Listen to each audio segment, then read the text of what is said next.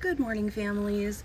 Thank you for waiting for me to have a chance to post this video. This is the parent meeting that I held on Tuesday morning for second and third grade parents. So if you have a second or third grader, you should have received your students' Dibble scores on a color paper that came home this week with your child.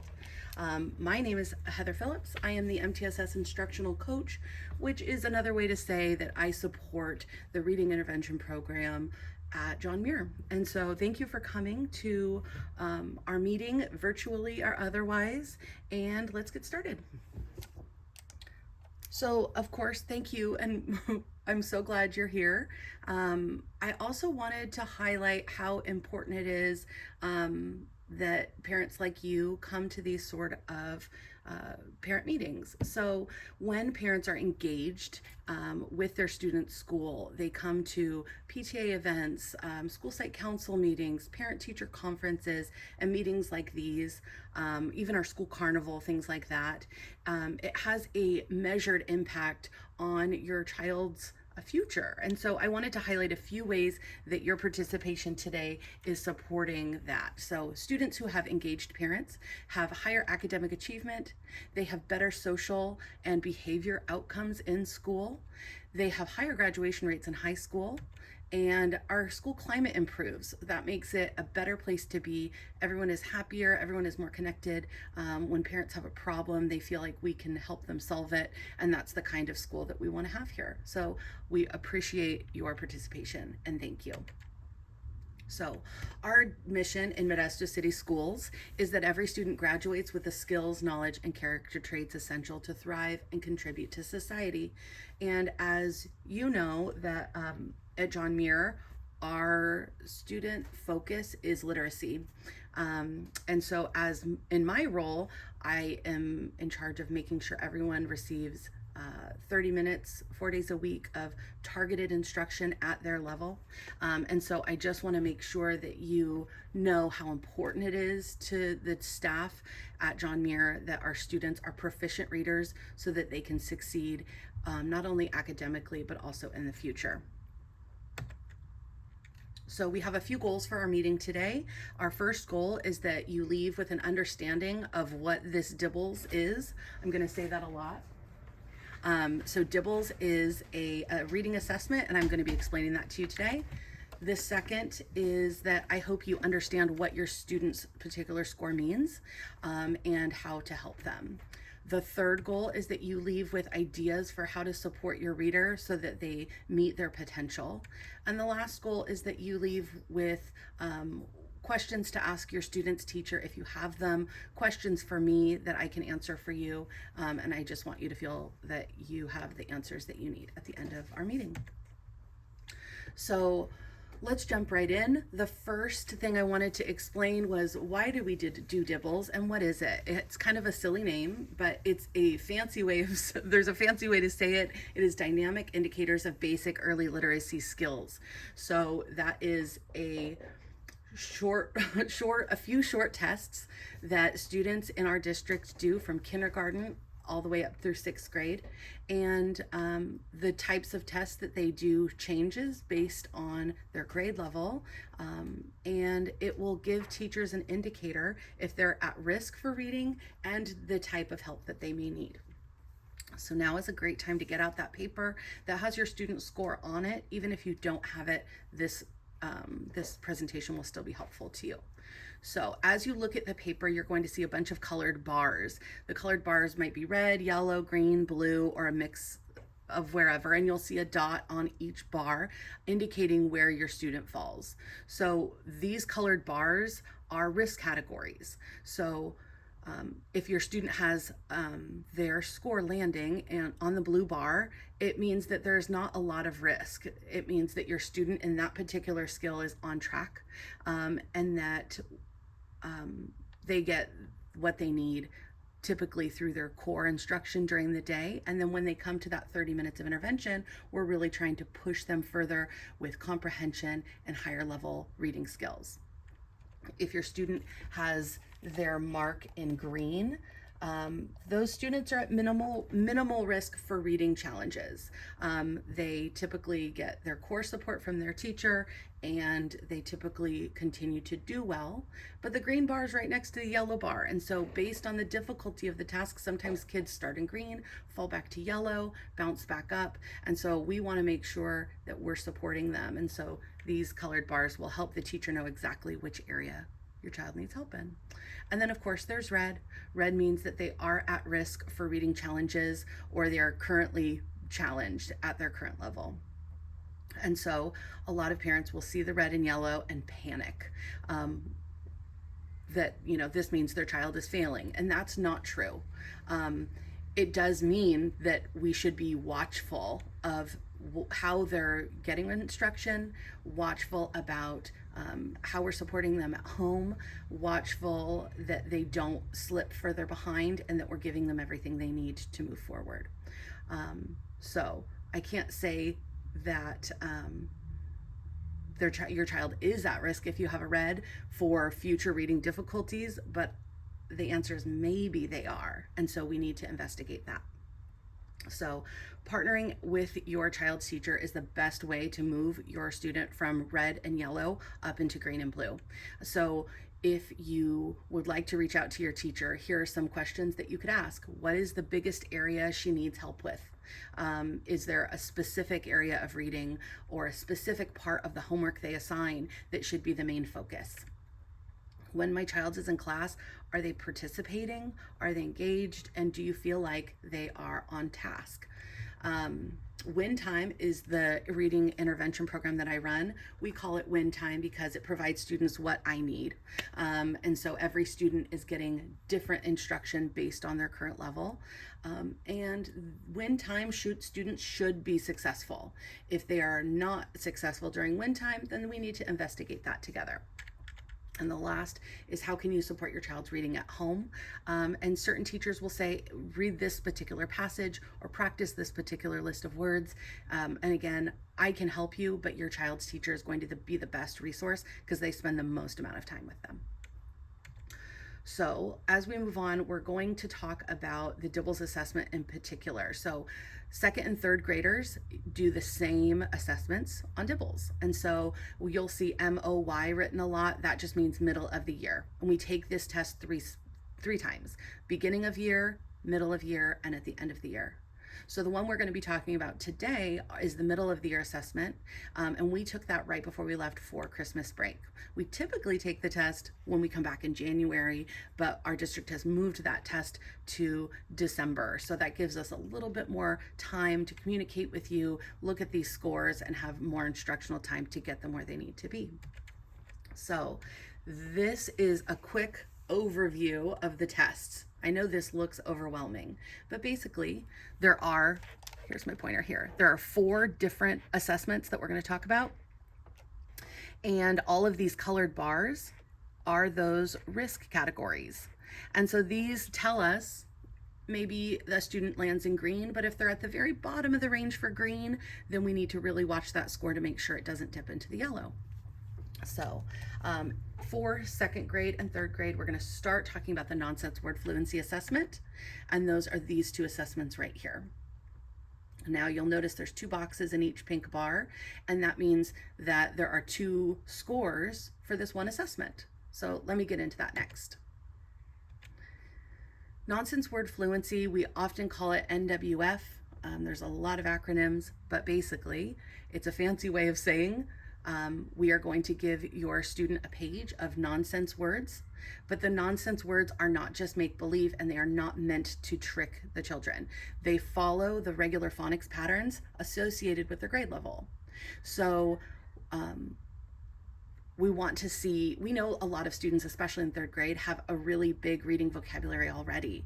They know a lot of words by sight. They can see cat and read cat. They don't often have to sound it out.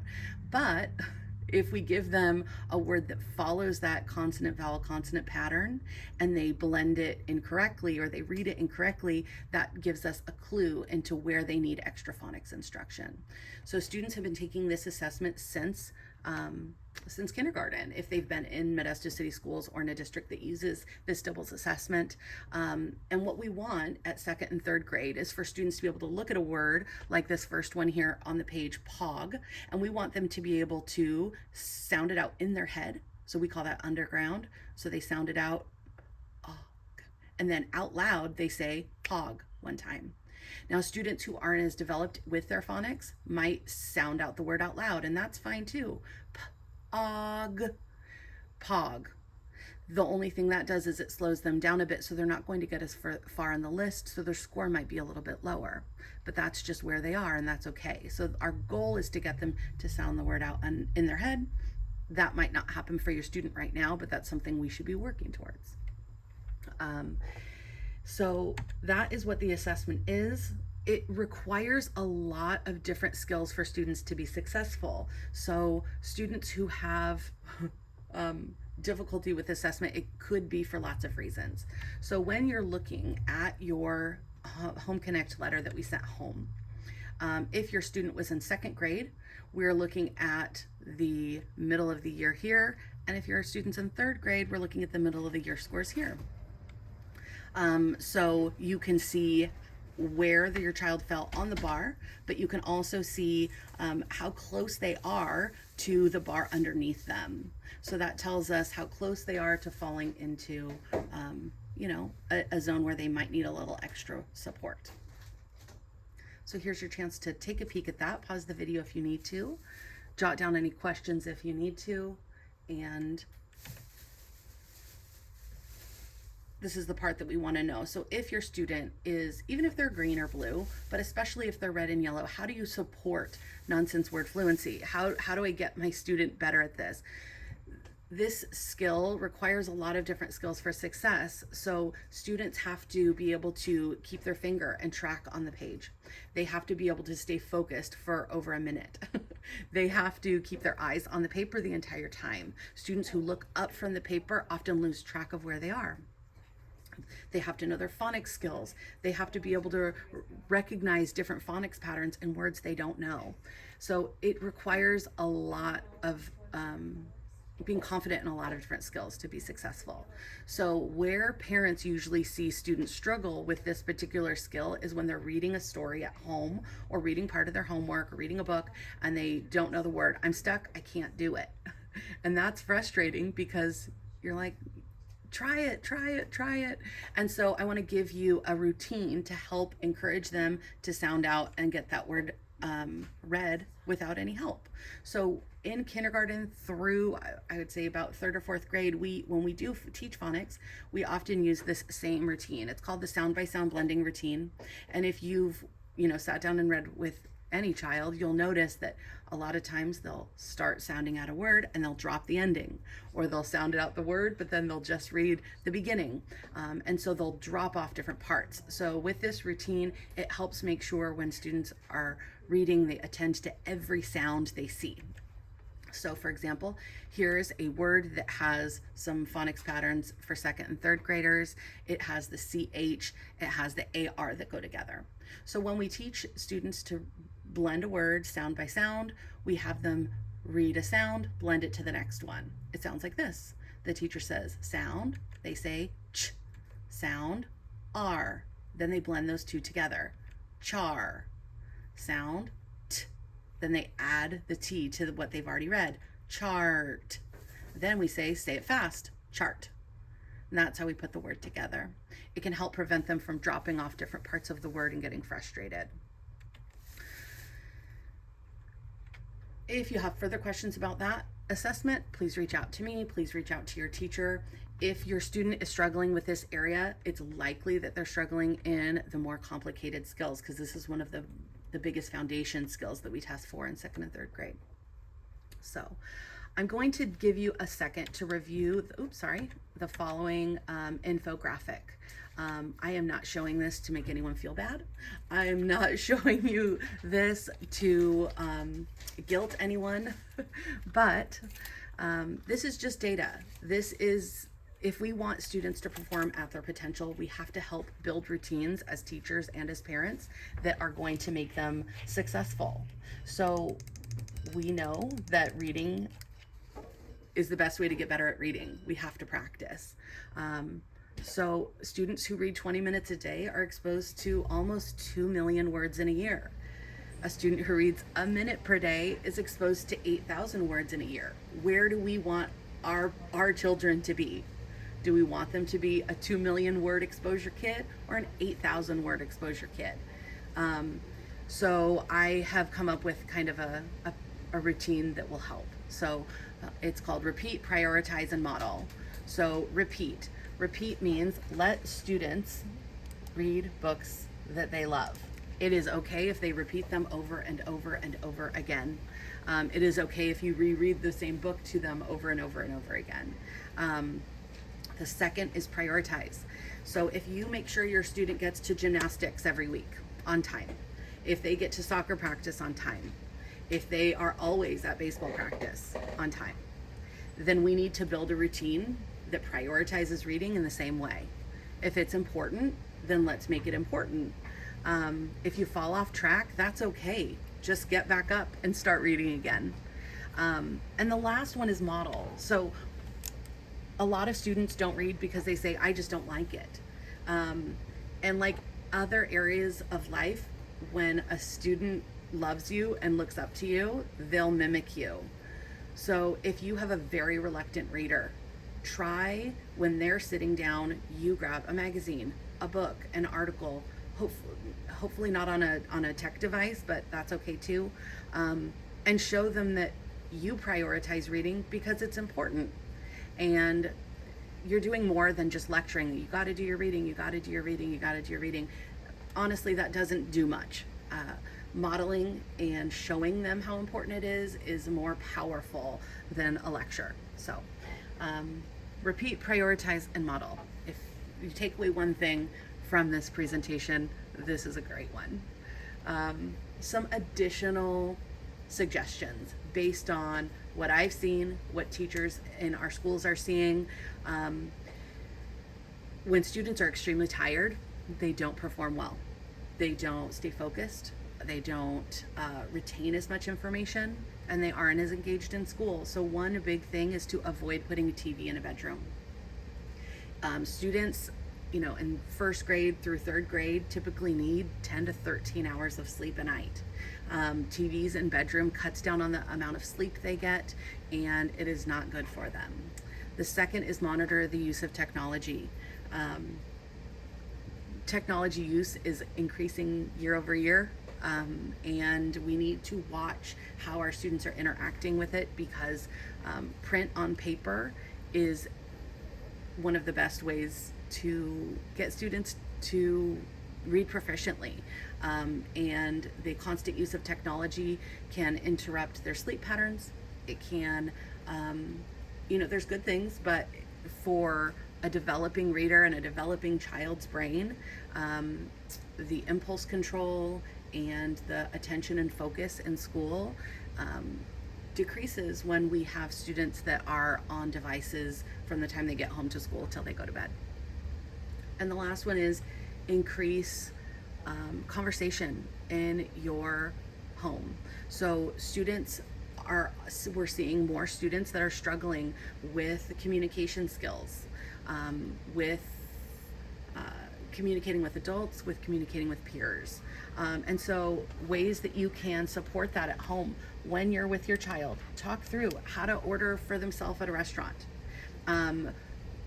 Teach them how to talk on the phone with a family member when there's no screen in front of them, not FaceTime, but just audio. It engages different skills, and it's important. So those are some extra tips that can help support if you have a reluctant reader or a struggling reader, or just you want the best for your child. Those are some tips. So the next assessment that we're going to talk about, we already talked about this first one right here, nonsense word fluency. The next one is word reading fluency. And so for second graders, we see it here, and for third graders, we see it here. There's 3 bars. We're just looking at these middle scores. And as you notice on the bars, the scores increase with every trimester. So at the beginning of the year, the scores are a little bit lower, and every year they increase and increase. And so we need to make sure our students are at the right trajectory. We don't want them just getting that minimum green score, because we know that there's a challenge ahead for the next trimester, and we want them reaching the end of the year goal so they can go to the next grade level feeling confident and prepared. So word reading fluency is an assessment where we give, instead of nonsense words, we give them a real page of grade level words. The best way to practice reading these real words is to read every day. And I think I've talked enough about that. And so I will talk about the suggestion, but unlike the nonsense word test, this evaluates your students' proficiency in reading real words. And so the words that are chosen for the assessment by the test creator are reflected in the vocabulary and reading level at the 2nd and 3rd grade. So students who are behind, for example, on that decoding piece, are going to struggle with this task typically. So for a goodbye list can look like just a simple one sheet of paper. When you are reading with your student or listening to them read and you notice them tripping up over the same words over and over again, just jot them on a post-it. And then the next day when they come to that book, let's review those words. We read it, we check it, do we know it? We read it again. If they don't know it, you just tell it to them. So this word was because. What word? Because.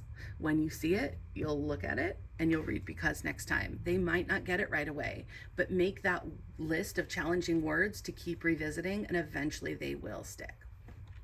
So when you're looking at your Home Connect letter right here, the 2nd grade and 3rd grade, so 2nd graders need to be reading 36 words at the minimum, between 30 and 60 words in 1 minute, and 3rd graders need to be reading between 50 and 60 words in a minute. At the end of the year, we need to be here. And so we need to be doing the things. If our student is in the intensive or strategic levels, those red and yellow bars, that means we need to up the practice and communicate with our teacher. So here's an example of the goodbye list that I was talking about. Let's say Heather is reading her favorite book, Harry Potter, and every time you're listening to me read, I'm missing the word through. Maybe I'm saying thought because it looks similar. So we're going to write it on there, and then every time before I start reading that book, I'm going to go down all these words. So maybe the first time I review my words, I say through. I got it right, check mark. When I see there, maybe I write them. And so we put in a minus. Woman, I got it. Aren't, I got it. So the next day I go back to the book and say, hey, let's do your goodbye list really quick. And I read through, there, woman, aren't. So once I get 3 checks in a row, I say goodbye to that word and it comes off the list. So we're not constantly going over things that they already know. We've got room on the list for new challenging words. And that's just a way to be constantly improving. So that one was a quick one. The next one is a really important assessment. So this is called the ORF, which stands for Oral Reading Fluency. And this is a grade level passage. So on this assessment, students are reading a story at their grade level, and teachers are looking for a lot of things. They're looking for if their student is reading with accuracy. So that means when they see the word they're saying when they see the word they're reading the. They're not switching little, what students kind of consider unimportant words for other words. We want them to read exactly what's on the page every time. Speed. We are not looking for the fastest reader. We're looking for a natural reading speed that aligns with their grade level. And so you'll be able to see on the Home Connect where we want your student reading speed-wise. And so we'll talk about that. We'll see that in a second. And expression. So are they reading like a robot and just reading the words on the page? Or are they pausing at punctuation? Are they noticing when there's quotation marks and someone is speaking in the text? Now, once students exit third grade, which some of your students will be next year, they'll be going into fourth, fifth, and sixth grade. This is the main measure for reading progress. The fluency part falls off, and we only keep doing that for students who really need it. But the rest of them are just going to read that passage, and their accuracy, speed, and expression are going to tell us a lot about how they're doing and what they need. So that's why it's so important. Here are the bars for second graders and third graders. So for this test, just like the nonsense word fluency, you see two separate scores for one test. So on this first one, this says how many words did they get correct in a minute?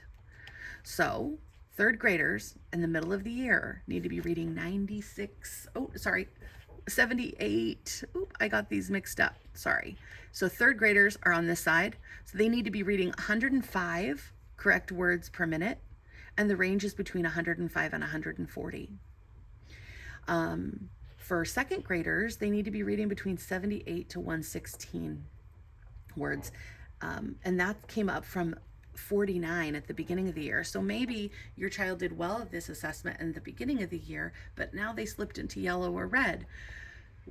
This tells us that we're not at the right trajectory. We're slipping back a little. And so we need to increase the practice, be strategic, talk to our child's teacher, and prioritize reading at home. The second thing that we measure is their accuracy. So we're just checking to see how many errors are they making. The errors will tell your teacher a ton about how they're doing, but our goal school-wide is for students to be reading at 96% of the words correct, which is a really high benchmark. We don't want them to start bad habits where they see a word, guess it.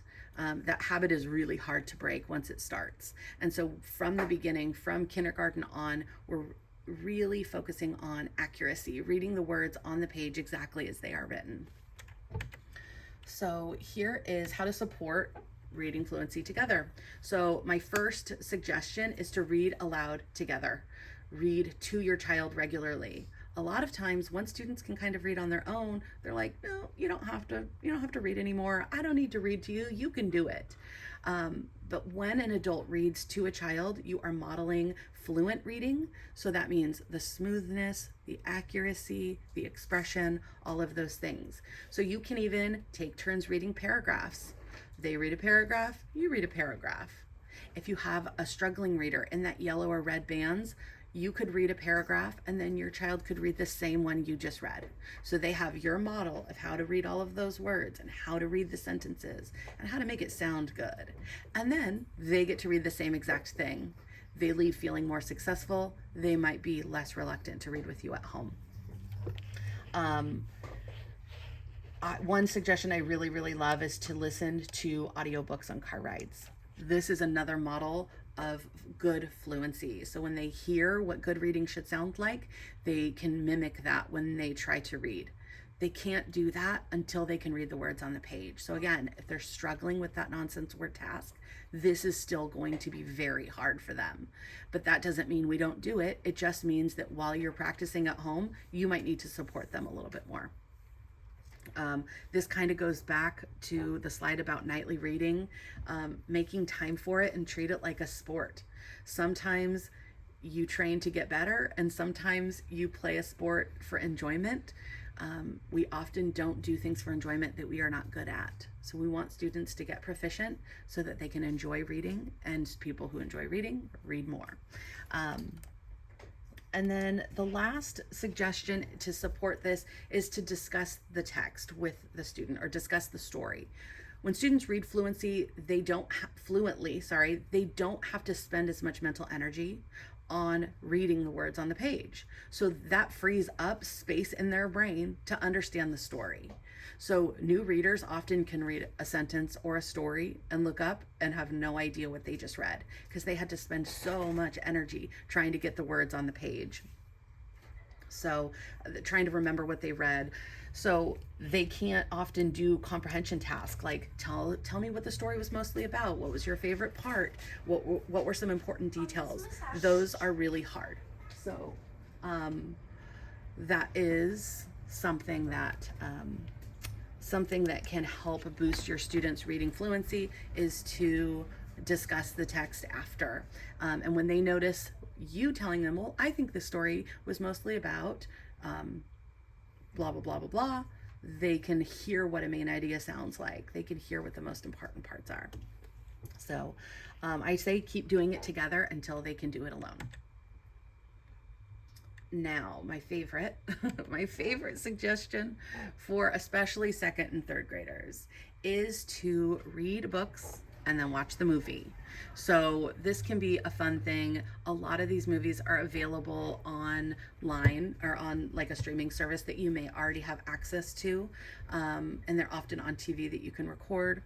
So read the book together. If the book is too challenging, use one of those strategies. I read a paragraph, you read a paragraph. Or honestly, just read the whole thing to them. That's still okay and very, very valuable at this grade level. So some favorites, Charlie and the Chocolate Factory. Once you watch the movie after the book is done, you can talk about the differences because there are a lot.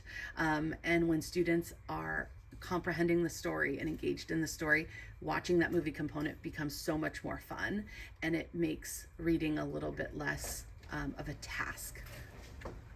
The last assessment that I'm going to go over really quickly is called the maze. That is the last bar here. And the maze, oops, hold on. There we go. The maze stands for multiple choice assessment, zeroing in on an ability to comprehend. This is a really fancy way to say we want to measure their comprehension. And so we want to see if they can understand a text. And by the way we give this test, let me flip to the next slide. The student reads the sentence. They have multiple words that may fit in that sentence, and they have to make the best choice. So again, this also comes with it requires a lot of skills to be successful. This is how a lot of different comprehension tasks are measured.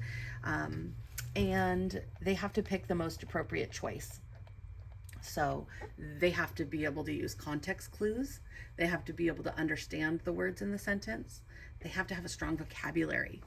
And critical thinking is maybe sometimes two choices sound okay, but one is the best answer. They also have to understand the structure of language in a sentence, understanding difference between nouns, verbs, pronouns, and so understanding all of those things goes into this. So for example, after playing in the dirt, Sam went to wash her hands. Sam went home, Sam went summer, or Sam went was. So if your student has a strong vocabulary, is on level with reading, they typically do better on this assessment. And some students just need a little bit more practice with this. So here is the score bars for second grade and third grade. They will give you a score. Right here, the second graders, we want them between 9 and 14 points. And third grade, we want them between 12 and 20 points. At the end of the year, we want second graders up closer to 17 and third graders up closer to 22. So again, if your student is in the red or the yellow bars, this doesn't mean we need to freak out, but it does mean we need to start paying attention. Check that work that's coming home. When they're doing fill in the blank works in their workbooks in class, review that with them and keep an eye on it and talk to your child's teacher, of course. So I'm trying to go as quickly as possible, but I want to make sure we hit all our goals for today. The first goal was to leave with an understanding of the DIBELS assessment. I think you understand that. We do 1-minute assessments, usually one-on-one with a teacher, to get information and data about their reading level. 2, understanding what your particular student's score means. If for some reason you do not have that Home Connect letter, please comment on this post in Parent Square. Just let me know, my student's name is this. I can't find it. I can print you a new one and I will send it home today. The next one is leaving with ideas for how to support your new reader. I don't expect you to do everything that I said, but maybe you're going to consider moving the TV out of the bedroom. Maybe we're going to consider reading the first Harry Potter book and having a movie night once we finished the whole thing. Maybe we're going to start doing partner reading where I read a paragraph, you read a paragraph. Whatever level you feel like will support your reader. And if you don't know, reach out to me, reach out to your child's teacher, and we will help you. Again, if you have any questions, myself and your child's teacher are the best resources to go to. This is also a website that is really good. It aligns with how we teach reading and the best practices. It is called Reading Rockets. It has a lot of information specifically for parents, and I think it is really valuable. I've used it myself as a teacher, and so there's a lot of great information there. Last, I want to make sure you all have ways to contact us. So, of course, you can reach out to me on Parent Square or by email. I've listed them here. Your child's teacher.